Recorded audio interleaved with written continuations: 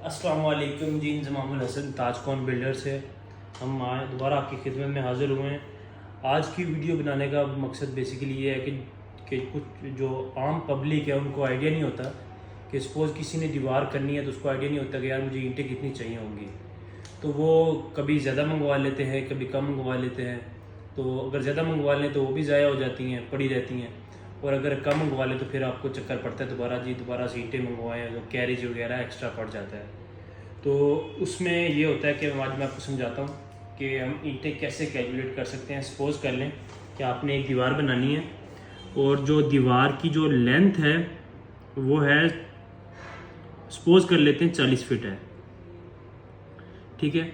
और आपने दीवार करनी है, कितनी हाइट पे करनी है, सपोज़ कर लेते हैं जी आपकी जो दीवार है उसकी जो हाइट होगी वो होगी 12 फीट।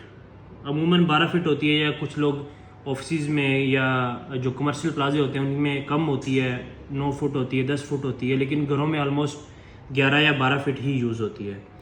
और जो आपकी जो दीवार है, आपको पता होगा कि दीवारों के मुख्तलिफ जो साइज़ होते हैं, जैसे कुछ लोग 4 इंच की दीवार करवाते हैं, बाथरूम की दीवारें ख़ास तौर पे लोग करवाते हैं 4 इंच की, और बाकी जो कमरों की दीवारें होती हैं वो 9 इंच की होती हैं, और जो फाउंडेशन वगैरह में जो यूज़ होती हैं वो 13 इंच भी यूज़ होती हैं, कुछ लोग 18 इंच भी यूज़ करते हैं इसमें। तो बेसिकली आज हम जो बताएंगे वो मैं 9 इंच का बताऊंगा, क्योंकि जो कॉमन यूज़ होती है वो 9 इंच ही यूज़ होती है। तो सबसे पहले हम करते ही हैं कि जब हम इस पूरी दीवार का वॉल्यूम कैलकुलेट कर लेते हैं। वॉल्यूम कैलकुलेट करने का सिंपल सा तरीका है कि आपने यहाँ पे जो लेंथ कितनी है इसकी 40 फीट है, इसको आपने मल्टीप्लाई कर लिया।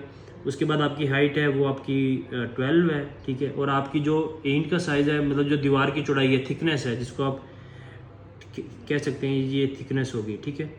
40 मल्टीप्लाई बाय 12 मल्टीप्लाई बाय, आप यहाँ पे 9 इंच लिखते हैं, ठीक है। 9 इंच को हम पहले ये कर लेते हैं जी, आप इसको फिट में कन्वर्ट कर लेते हैं। इसको फिट में कन्वर्ट करने के लिए आप इसको 1 फिट, अब 12 के साथ हमने इसको क्यों डिवाइड किया, क्योंकि आपको पता है कि 1 फिट के अंदर 12 इंच होते हैं। तो ये हमारे पास आ जाएगा 0.75। हमारे पास ये जो कैलकुलेशन है ये भी जो 9 इंच है ये भी हमारे पास फिट में आ गई है। अब इसको 0.75 कर लेते हैं। हमने इसको 0.75 किया तो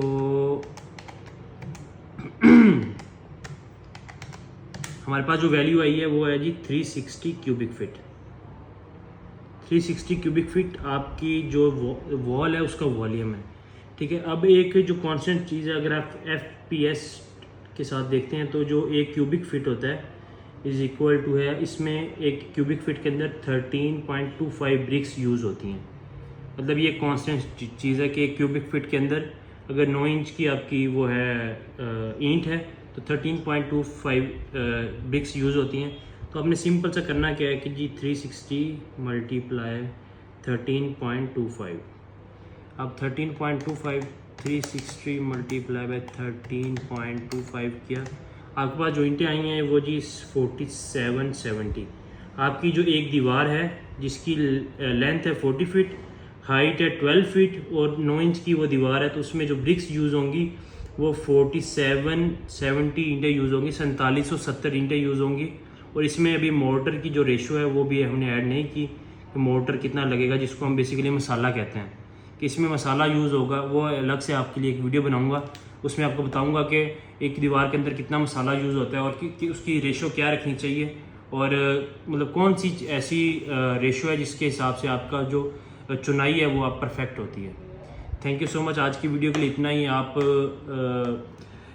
प्यार दें हमें थ्रू सब्सक्राइब करें, हमें लाइक करें, और ताकि हम भी फूले फूले और आपके लिए भी इंशाल्लाह नॉलेज शेयर करते रहें, ताकि जो आम पब्लिक है उसके पास एग्जैक्ट जो इन्फॉर्मेशन है वो जाती रहे। Thank you so much. Allah हाफिज़।